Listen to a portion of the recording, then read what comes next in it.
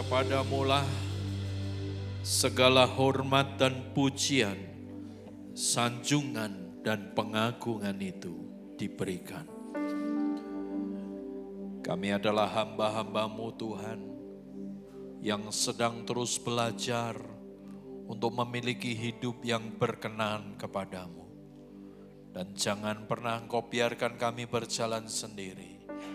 Dan jangan pernah Engkau izinkan kami mencuri akan kemuliaan-Mu itu. Sebab hanya daripadamulah segala sesuatunya dimulai. Dan Engkau juga yang akan mengakhiri segala sesuatunya. Demikian juga dengan hidup kami menyadari penuh Tuhan bahwa Engkau adalah Alfa dan Omega. Engkau yang sudah menebus hidup kami, bayar lunas hidup kami. Engkau yang menyertai kami, dan Engkau juga yang akan menutup kehidupan setiap kami. Oleh karena itu, hari ini Tuhan, biarkan kami bukan cuma sekedar merayakan atau memperingati hari kemerdekaan dari bangsa kita yang kita cintai, Indonesia ini. Tetapi kami adalah umat-Mu yang benar-benar mengalami kemerdekaan di dalam Engkau. Hidup kami tidak lagi terbelenggu, hidup kami tidak lagi terintimidasi. Sebab kemenangan itu sudah Engkau berikan buat kami. Oleh karena itu mampukan kami menyelesaikan tanggung jawab yang Kau percayakan dalam hidup kami di sisa waktu yang Kau percayakan. Supaya sekali lagi dalam segenap jalan hidup kami, hanya Engkau yang dimuliakan, ditinggikan, dipuji, disembah di atas segalanya. Berkati kami malam hari ini dengan hikmat-Mu, dengan pewahyuan-Mu, supaya firman yang kami terima malam hari ini tidak hanya berhenti pada pendengaran kami, itu tertanam kuat di dalam hati kami, bertumbuh dan kami berbuah, sehingga dari hidup kami jadi berkat bagi banyak orang. Makasih Tuhan, tempat di mana sebentar kami duduk, di situ Engkau yang jamah hidup kami Tuhan, sentuh hati kami, perbarui setiap kami, supaya sekali lagi dalam hidup setiap kami tidak ada Tuhan dan Allah lain yang seperti Engkau, dan hanya Engkau satu-satunya dalam segenap jalan hidup kami. Dalam nama Tuhan Yesus Kristus, mari kita semua umat Tuhan yang sungguh-sungguh dengan Tuhan berkata, amin, amin. Silakan duduk Bapak Ibu saudara sekalian. Oke, hari ini saya akan bicara tentang warisan dan impartasi. Kita tahu bahwa dalam setiap generasi itu pasti ada sebuah warisan yang akan ditinggalkan. Ada sebuah impartasi yang akan diberikan. Dan menjadi sebuah pertanyaan buat setiap kita hari ini adalah, apakah kita akan meninggalkan warisan yang buruk buat generasi kita selanjutnya, ataukah kita juga akan memberikan impartasi yang negatif kepada setiap generasi yang di bawah kita. Kita tahu keadaan bangsa ini dalam keadaan yang sedang tidak baik. Dan kita tahu ada banyak hal yang secara manusia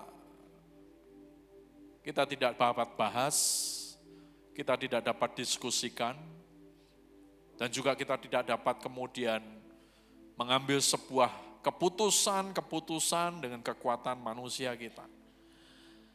Tapi satu yang kita mesti ngerti, bahwa Tuhan itu punya rencana yang indah buat bangsa kita. Terutama buat setiap umat Tuhan yang ada di bangsa ini, Tuhan punya sebuah kerinduan bahwa umatnya itu benar-benar hidup sesuai dengan apa yang difirmankannya. Dan malam hari ini saya rindu buat setiap kita memahami bahwa sekali lagi kita dipanggil dan diberikan kepercayaan oleh Tuhan, bukannya sekedar untuk memenuhi akan bangsa ini dengan anak cucu kita, tetapi Tuhan menginginkan kita mempersiapkan atau memberikan akan sebuah warisan yang terbaik buat generasi kita selanjutnya. Kenapa kita perlu bahas ini? Karena jangan sampai ada satupun daripada kita meninggalkan sesuatu yang buruk. Dan tentu saja itu tidak ada di dalam list atau daftar daripada doa setiap kita. Karena bagaimanapun kita inginkan ada hal-hal yang lebih luar biasa lagi di hari-hari yang akan datang pada generasi-generasi yang selanjutnya. Nah, Bapak Ibu Saudara sekalian, saya berdoa malam hari ini, saudara bisa tangkap hal ini, dan sejak malam hari ini kita makin mengerti bahwa kepercayaan Tuhan yang Tuhan beri dalam hidup kita, itu tidak hanya sekedar berhenti buat kepentingan diri kita, tetapi kita akan berbicara bagaimana hidup kita ini berfungsi dan berdampak buat bangsa kita ini.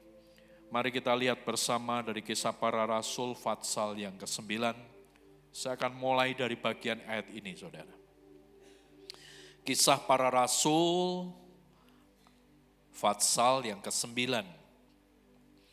Saya bacakan mulai dari ayat yang pertama.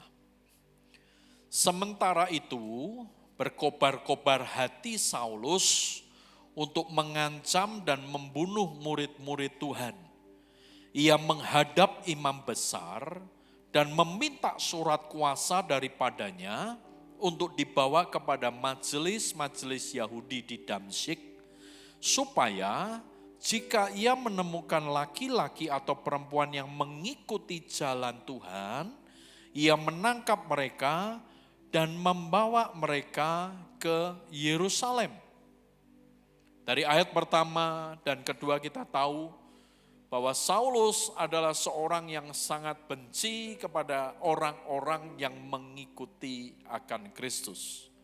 Bahkan dia meminta legalitas untuk apa yang dilakukan itu dihalalkan. Namun masuk di ayat yang ketiga, kita tahu ada sesuatu yang terjadi dalam hidup Saulus.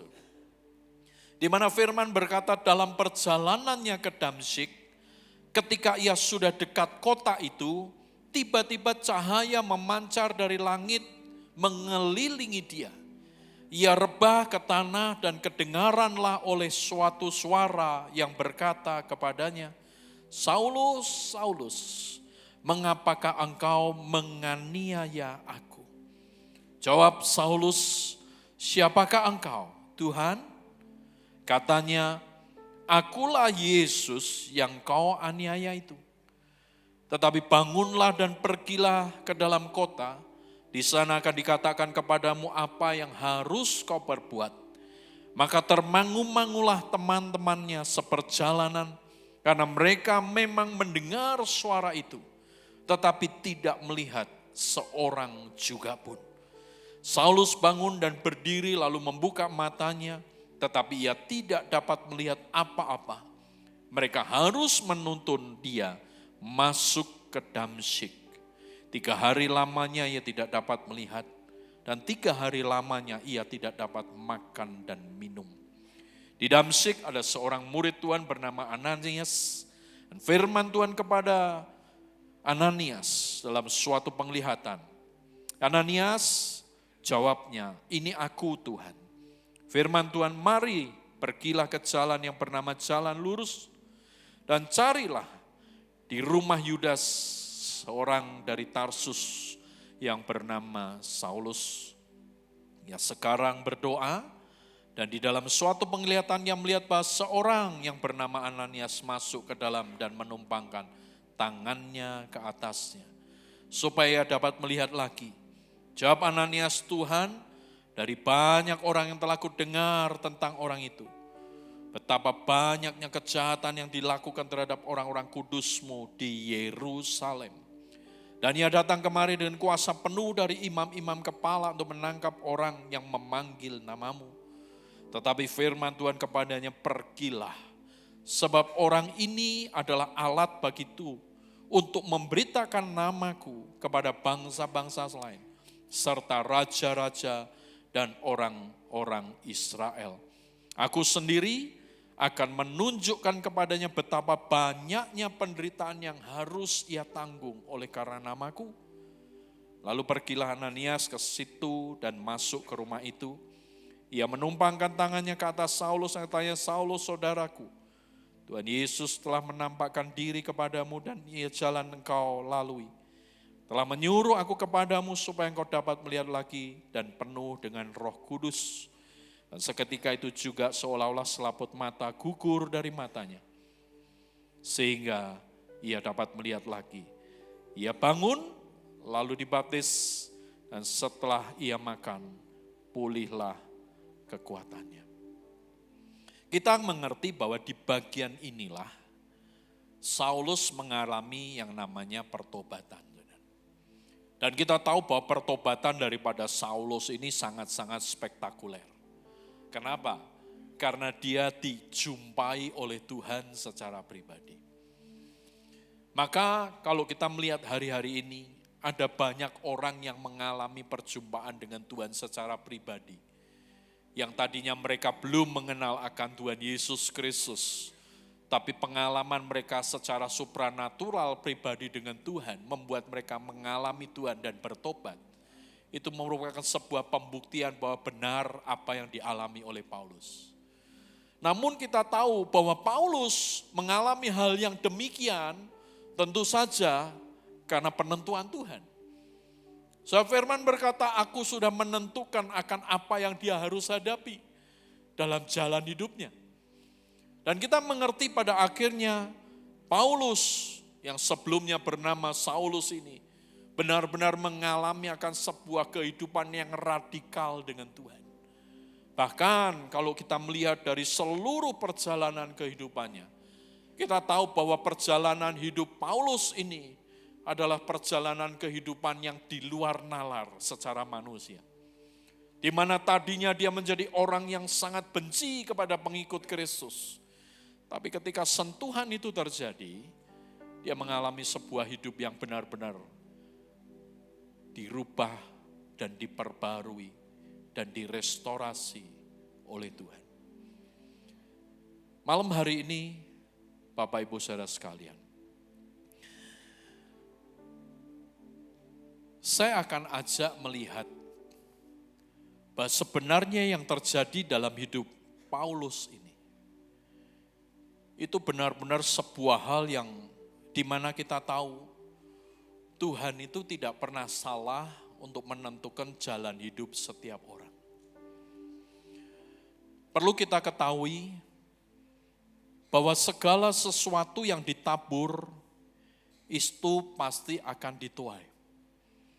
Bahwa segala sesuatu yang diwariskan itu akan diterima oleh para generasi selanjutnya sebagai sebuah harta. Masalah itu sesuatu yang berharga atau itu sesuatu yang tidak berharga, itu urusan yang berikutnya. Tapi kita mesti ngerti bahwa dalam hidup ini, Tuhan tidak pernah memberikan kepada setiap kita sebuah kepercayaan yang berhenti kepada diri kita sendiri. Pasti ada yang namanya tongkat estafet itu yang harus dilanjutkan. Hidup Bapak Ibu saudara sekalian, kalau Bapak Ibu memiliki keluarga, memiliki anak, ya kita tahu bahwa anak kita pun akan mewarisi segala sesuatu daripada kita. Bukan hanya bicara soal harta, tapi mungkin perilaku kita, perbuatan kita, apalagi hal-hal kehidupan rohani kita, secara tidak langsung itu seperti sebuah benih yang sedang ditaburkan. Mungkin hari ini kita tidak tahu apakah benih itu bertumbuh dan berbuah. Tapi apapun itu yang namanya warisan, impartasi, ataupun estafet itu terjadi di dalam hidup setiap kita. Nah kembali, masalahnya yang terjadi dalam hidup kita. Apakah kita mau memiliki sebuah kerinduan bahwa ada sebuah hal yang kita tinggalkan kelak nanti. Itu sebuah bagian yang terbaik dari hidup setiap kita untuk dilanjutkan dan diselesaikan bahkan jauh lebih dahsyat dari apa yang kita pernah lakukan. Kenapa saya bilang demikian?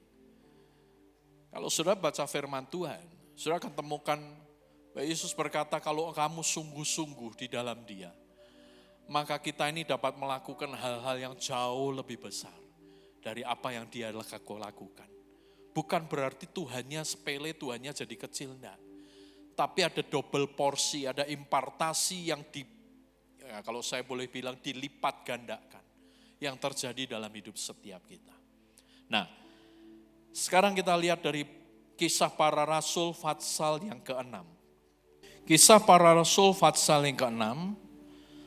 Kalau saudara baca dari judul perikopnya, kita akan tahu bahwa disitulah seorang yang bernama Stefanus itu dipilih untuk apa? Untuk melayani orang miskin. Itu mulai dari Fatsal 6 ayat yang pertama sampai dengan yang ke-7.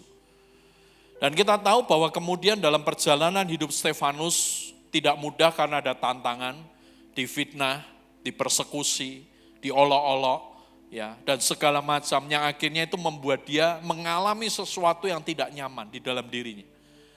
Fatsal 6 ayat yang kemudian ayat yang ke-8 sampai dengan 15 itu bicara tentang bagaimana tuduhan yang diberikan kepada Stefanus karena orang-orang di sekeliling daripada Stefanus yang tidak suka dengan apa yang Stefanus lakukan.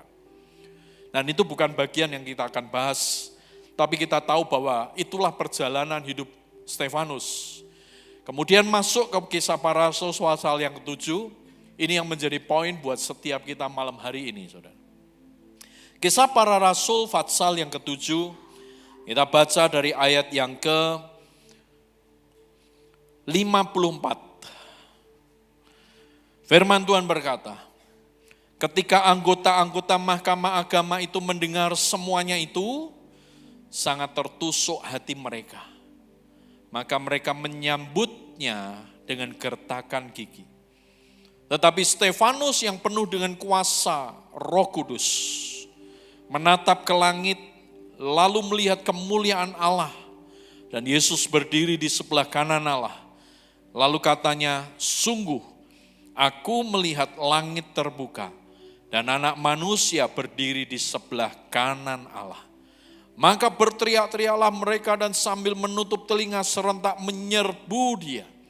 Mereka menyeret dia keluar kota lalu melemparinya.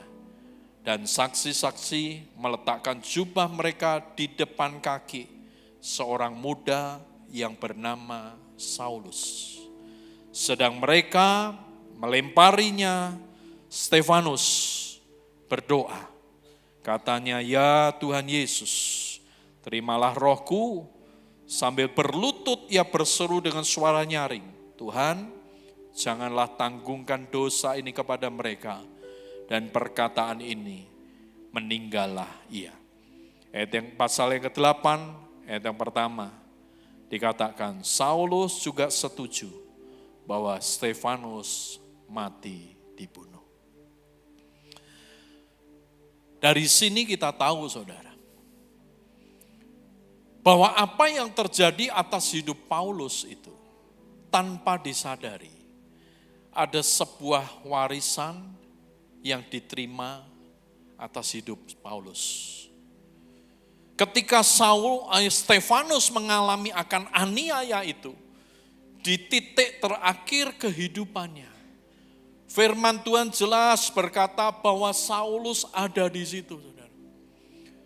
Dia melihat dengan mata kepalanya sendiri bagaimana seorang yang bernama Stefanus ini mengalami aniaya sampai kepada kemudian dia meninggal. Dan tanpa sadar, sebenarnya apa yang sudah Stefanus terima dari Tuhan, itu beralih kepada Paulus. Kita mesti ngerti bahwa dalam hidup ini ya, ada sesuatu yang Tuhan selalu ingin untuk dilanjutkan.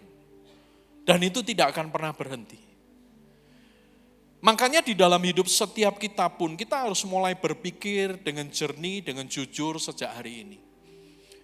Kira-kira apa yang kita lakukan, itu bakal kita tinggalkan dan ada yang melanjutkan dengan sesuatu yang lebih dahsyat enggak? Walaupun kita tahu Stefanus tidak pernah berpikir bahwa Saulus yang akan melanjutkan pelayanannya. Tapi kita ngerti, saudara, bahwa Tuhan tidak pernah tinggal diam dalam hidup seseorang. Dia selalu bekerja dan memultiplikasi dengan semuanya. Maka kita mengerti hari ini apa yang terjadi atas hidup Paulus. Betul itu atas kehendak Tuhan. Tapi tanpa sadar ada sesuatu yang sebelumnya sudah dipersiapkan oleh Tuhan. Lewat Stefanus dan dilanjutkan kepada Paulus. Pertanyaan buat setiap kita hari ini. Ketika kita pulang ke surga nanti, apakah yang kita lakukan ini sebagai sebuah warisan di mana orang akan berkata, aku akan lanjutkan apa yang Tuhan mau dalam hidup orang tersebut yang sudah terlebih dahulu dipanggil oleh Tuhan. Saya rindu untuk setiap saudara mengerti hal ini. Kenapa bangsa ini mengalami banyak hal yang tidak tentu hari ini? Lepas daripada Tuhan izinkan ini terjadi. Tapi kita mesti ngerti, ada banyak warisan yang diberikan di bangsa ini yang carut marut. Yang tidak karuan. Ada banyak warisan yang diberikan, ditinggalkan di bangsa ini. Yang tidak terselesaikan. Luka, kepahitan, dan lain sebagainya. Makanya kalau kita melihat apa yang terjadi hari ini, saudara jangan kaget. Karena semuanya itu sudah dimulai daripada pendahulu-pendahulu yang belum kenal Tuhan, yang meninggalkan sesuatu yang tidak sesuai dengan apa yang Tuhan mau. Repotnya adalah, ada banyak gereja Tuhan hari ini pun tanpa sadar meninggalkan sesuatu yang bukan untuk memuliakan Tuhan. Ini yang menjadi sebuah konsentrasi setiap kita hari-hari ini, saudara. Karena bagaimanapun akan ada sebuah waktu di mana kita ini harus selesai. Dan pada waktunya akan ada selanjutnya generasi yang melakukan seharusnya yang jauh lebih baik daripada setiap kita. Saya waktu baca dari hidup Paulus ini, dan ketika saya melihat kembali apa yang terjadi dalam hidup Stefanus, saya bilang, Tuhan, ketika roh-Mu itu bekerja dalam hidup seseorang, yang terjadi adalah selalu ada yang namanya multiplikasi. Selalu ada yang namanya ekstra daripada sebelumnya.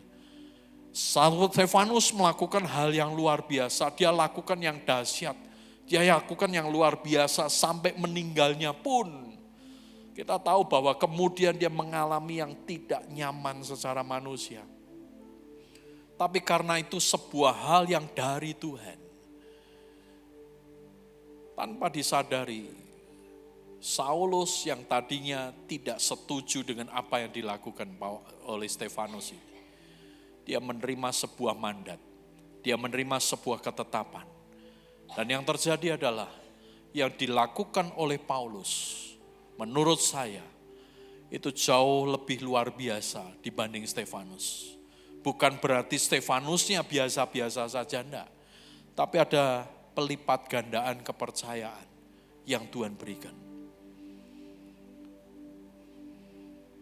Menjadi perenungan buat setiap kita hari ini. Apakah kita masih mau hidup hanya untuk kepentingan diri kita terus? Atau kita mulai memiliki sebuah cara pandang yang lebih luas? Bahwa kelak pada waktunya nanti, apa yang aku taburkan ini, walaupun mungkin aku belum menuai, tapi akan ada generasi selanjutnya yang menuai. Di mana semuanya itu akan memuliakan Tuhan dan meninggikan akan nama Tuhan.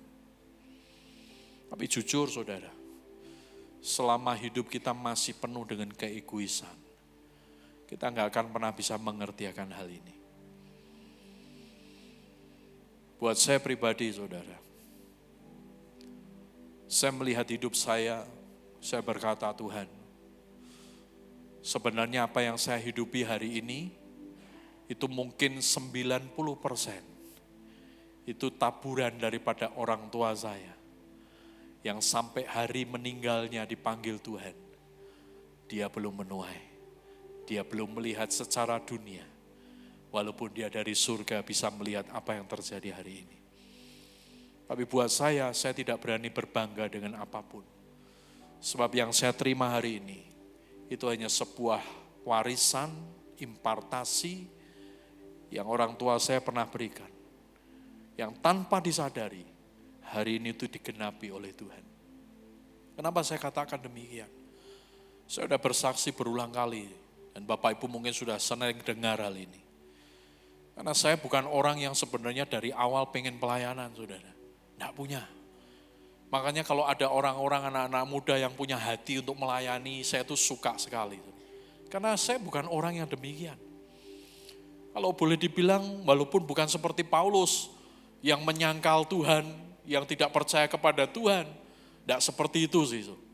Tapi jalan hidup saya, di awal hidup saya mengerti bahwa sebenarnya bicara tentang Tuhan itu bukan sesuatu yang penting buat diri saya. Tapi saya mengerti hari ini, ada sesuatu yang sudah ditaburkan. Dan tanpa disadari, hari ini apa yang saya terima itu merupakan taburan yang orang tua saya sudah pernah lakukan. Dan saya tuai hari ini.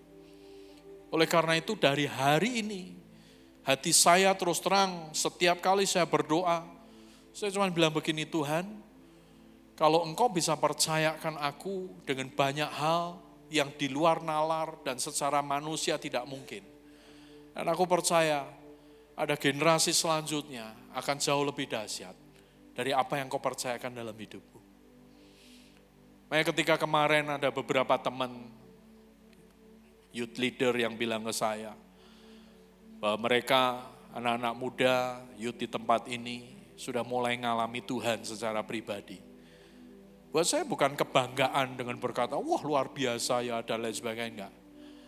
Saya cuman dalam hati saya berkata, Tuhan lanjutkan apa yang Kau mau. Biarkan ada sesuatu yang lebih dahsyat lagi ketika Engkau mau kerjakan itu pada generasi yang selanjutnya. Buat saya saudara, ketika ada seseorang yang dipakai Tuhan makin luar biasa, bukan menjadi sebuah ketakutan, tapi justru itu menjadi sebuah sukacita. Ada banyak orang ketika melihat seseorang lain yang lebih luar biasa, ada yang melihat generasi selanjutnya lebih dahsyat, mulai berpikir bagaimana nanti ketika posisinya tersingkir. Bagaimana nanti ketika kenyamanannya itu mulai diganggu. Pada sebenarnya kalau kita kembali kepada firman Tuhan, kita mesti ngerti bahwa akan ada selalu hal yang luar biasa terjadi yang Tuhan kerjakan pada generasi selanjutnya. Sudah kalau lihat dari perjanjian lama, kita ngerti persis bagaimana Daud itu luar biasa dengan Tuhan. Tapi kita mesti ngerti, dia tidak kemudian arogan dengan semua yang dia miliki. Ketika Tuhan berkata, kamu siapkan bangun akan bait Tuhan. Tapi bukan kamu yang membangunnya, melainkan keturunanmu. Dengan rela hati, dia mempersiapkan semuanya itu. Dan dia membiarkan generasi selanjutnya untuk menyelesaikan apa yang Tuhan inginkan. Seharusnya itu menjadi bagian dalam hidup setiap kita. Karena bagaimanapun hidup setiap kita itu harus benar-benar makin hari, makin sesuai dengan yang Tuhan mau. Dan dalam pengikutan kita ke Tuhan, kita tidak lagi berpikir tentang kepentingan diri kita lagi. Melainkan semua yang kita kerjakan hanya untuk memuliakan nama Tuhan. Saya nggak akan panjangkan firman Tuhan malam hari ini. Tapi saya rindu buat setiap saudara. Ayo, kita bersiap-siap untuk memiliki sebuah kerinduan bahwa ada warisan kehidupan yang kita akan tinggalkan. Ada sebuah impartasi kehidupan yang kita harus berikan pada generasi selanjutnya. Sudah nggak usah berpikir terlalu jauh. Ya mungkin sudah bisa mempersiapkan daripada keluarga sendiri. Daripada anak-anakmu. Ya kan, apa yang kau lakukan, apa yang kau persiapkan buat anak-anakmu. Ini bukan bicara tentang hal-hal jasmani. Sudah jangan berpikir, wah berarti habis ini saya harus beli rumah. Supaya anakku nggak usah beli rumah. Saya harus beli mobil supaya anakku nggak usah beli mobil. Bukan itu. Tapi hal-hal yang ilahi yang harus ditinggalkan. Maka kalau kita belajar ngalami akan Tuhan secara pribadi, akan dengan mudah kita memberikan sebuah pengalaman itu kepada generasi selanjutnya. Sehingga mereka pun belajar untuk ngalami akan Tuhan dengan begitu luar biasa.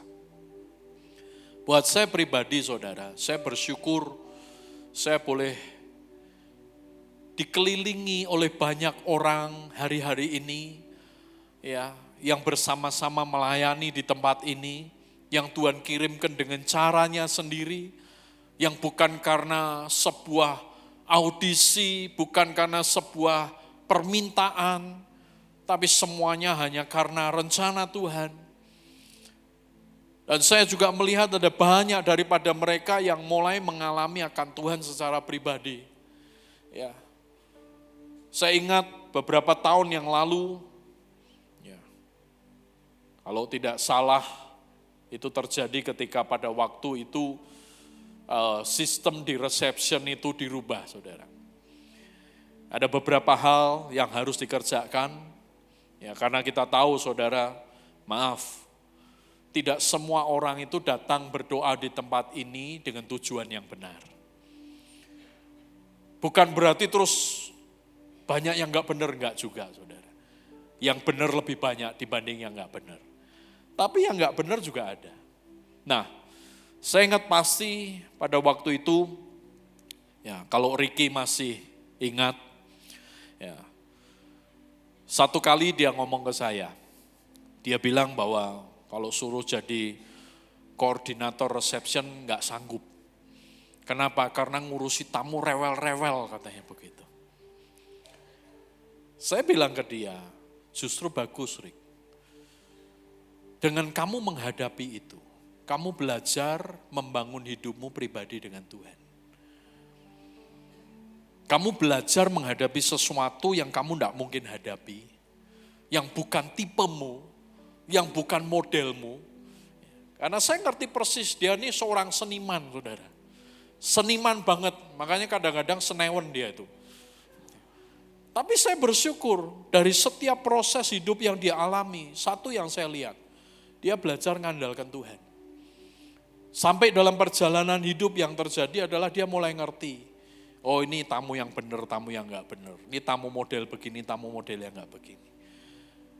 Dan buat saya ketika saya melihat itu, saya senang, saudara. Kenapa saya senang? Karena saya melihat ada sebuah benih yang ditaburkan dan itu bertumbuh dan itu berbuah. Saya enggak merasa, nanti kira-kira Ricky bakal gantiin aku, enggak ya. Wah ini kayaknya karirnya mulai makin menanjak, ya kan. Wah ini membahayakan ini. Saya enggak pernah pikir itu, saudara. Bahkan beberapa kali dalam pengenalan akan Tuhan lewat firman, saya sering kali juga tanya ke dia, Rick, firman ini tafsirannya apa dan lain sebagainya. Kenapa? Karena buat saya melihat ada kekurangan di dalam diri saya, dan ketika seseorang itu mengalami pertumbuhan, sesungguhnya harus menjadi sebuah sukacita, bukan sebagai sebuah ketakutan. Nah malam hari ini Bapak Ibu saudara sekalian, mari kita mesti ngerti, bahwa hidup setiap kita ada bagian yang kita harus lakukan. Yang paling penting adalah, apakah kita mau mewariskan yang luar biasa pada generasi yang selanjutnya, atau kita masih hidup dalam keegoisan kita. Karena dari hidup yang benar di hadapan Tuhan, maka akan ada impartasi yang benar pula. Ada sebuah ujung yang sesuai dengan yang Tuhan mau. Sekali lagi, saya berdoa buat Bapak Ibu di tempat ini. Tidak ada satupun daripada kita yang berhenti di pertengahan perjalanan. Mari ikut Tuhan makin sungguh-sungguh, saudara. Percayalah, Tuhan tahu yang terbaik buat kita. Dan ketika berhenti kita dengan segala macam yang berpusat pada diri kita, maka justru kita akan dibawa kepada kemustahilannya yang makin luar biasa. Dan kita akan membuktikan bahwa Tuhan kita itu adalah Tuhan yang hidup dan berkuasa berdaulat atas segalanya. Memang keadaan bangsa ini mungkin akan susah menjadi baik. Tapi justru di tengah keadaan yang makin tidak nentu ini, biarkan Tuhan itu berkarya makin luar biasa. Bagian kita adalah mari persiapkan hidup kita untuk kita makin serius dengan Tuhan. Dan benar-benar ada sebuah warisan yang kita tinggalkan. Saya ajak Bapak Ibu, kalau berkenan, taruh kedua belah tangan kita di hati kita. Kita akan berdoa. Kami datang kepadamu malam hari ini Tuhan. Sekian belas tahun, sekian puluh tahun kami sudah jalani hidup ini. Kami tidak tahu kapan kami akan kembali kepadamu. Sebab Engkau yang punya hidup kami. Tapi doa kami kepadamu malam ini, biarkan kelak pada waktunya Tuhan. Ada warisan kehidupan yang ditinggalkan dari hidup kami. Sesuatu yang baik, bahkan luar biasa, untuk kemuliaan-Mu, sehingga dapat dilanjutkan kepada generasi yang selanjutnya. Sehingga dalam generasi yang selanjutnya ini, mereka tidak meniru sesuatu yang buruk, mereka tidak mewarisi sesuatu yang jelek, tetapi justru yang ilahi itu terjadi. Hari ini kami berdoa di hadapan-Mu, tolong kami Tuhan, supaya kami hidup tidak hanya berpikir untuk kami lagi.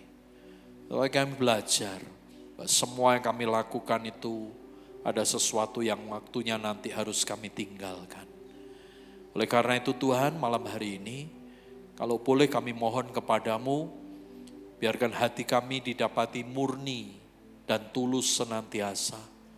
Sehingga dalam setiap waktu, dalam sisa waktu hidup kami, semua yang kami lakukan, tidak ada lagi kemunafikan. Hingga pada waktunya kelak nanti, kami mewariskan kehidupan yang murni, yang makin murni, yang tulus dan makin tulus di hadapan-Mu. Supaya benar-benar setiap kebenaran firman-Mu itu terlaksana. Tuhan, tolong kami, kalau ada banyak kekurangan yang kami masih miliki, tapi malam hari ini kami percaya, Engkau mulai terus kikis, Engkau mulai terus hapuskan segala sesuatu yang tidak berkenan kepadamu. Yang buruk, yang sirna, yang sia-sia, yang menuju kepada kefanaan, itu tidak akan terus berlangsung, tapi berhenti dalam hidup setiap kami dan tidak akan pernah terwariskan. Tapi hari ini kami tahu Tuhan, bahwa Engkau selalu rindu bahwa dari hidup kami ada hal-hal yang terbaik yang kami tinggalkan. Tuhan, tolong kami dan jangan pernah Kau biarkan kami berjalan sendiri. Oleh karena itu malam ini di hadapan-Mu kami berkata, kami perlu Roh-Mu yang kudus. Kami perlu Roh Kudus untuk menuntun kami, untuk menolong kami. Karena kami tidak akan pernah bisa hidup tanpa tuntunan daripada Roh-Mu atas kami. Penuhi kami Tuhan dengan Roh-Mu.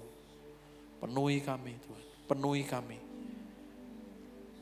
Buat setiap kami yang datang dengan kekosongan, malam hari ini pulang dengan penuh dari kuasa Roh-Mu sendiri.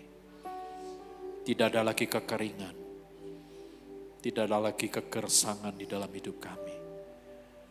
Tapi adalah yang padang rumput hijau, ada kelimpahan, ada sukacita, ada cinta dan kasih yang mula-mula itu kembali ada atas kami. Sehingga benar-benar Tuhan, penyembahan kami kepadamu bukan karena kepentingan kami, tapi karena kami rindu untuk terus memuliakan akan Engkau. Tolong kami ya Tuhan, dan jangan pernah Kau biarkan kami berjalan sendiri. Terima kasih Tuhan, terima kasih. Sebentar kami akan terima tubuh dan darah-Mu. Tuhan, biarlah setiap kami, sekali lagi Tuhan, bukan rutinitas, bukannya sekedar liturgi, tetapi setiap kali kami terima tubuh dan darah-Mu, Engkau menyatakan diri-Mu lebih lagi dalam hidup kami. Engkau berkuasa lebih lagi dalam hidup kami. Dan Engkau memenuhi kami dengan hadirat-Mu sendiri ya Tuhan. Makasih Tuhan, makasih.